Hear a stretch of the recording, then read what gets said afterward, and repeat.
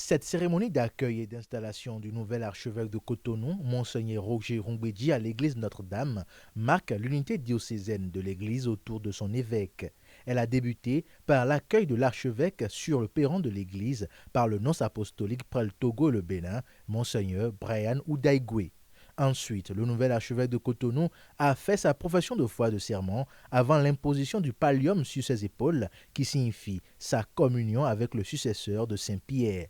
Toujours en présence et avec la participation des évêques suffragants, le nonce apostolique a fait asseoir Monseigneur Rongbédi sur le siège métropolitain de Cotonou, lui conférant son autorité dans la maison de Dieu.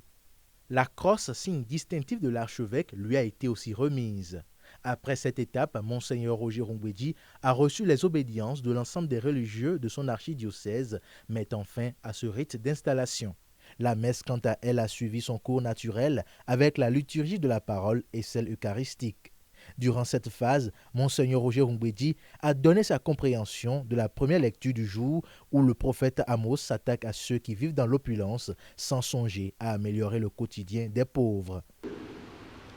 Frères et sœurs, nous comprenons à travers ces textes que les richesses de ce monde peuvent constituer dans la vie de l'homme un grand danger, notamment lorsque nous les idolâtrons.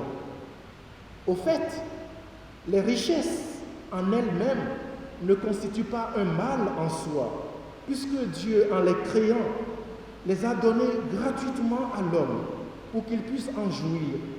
Mais tout le problème réside dans l'usage que l'homme en fait.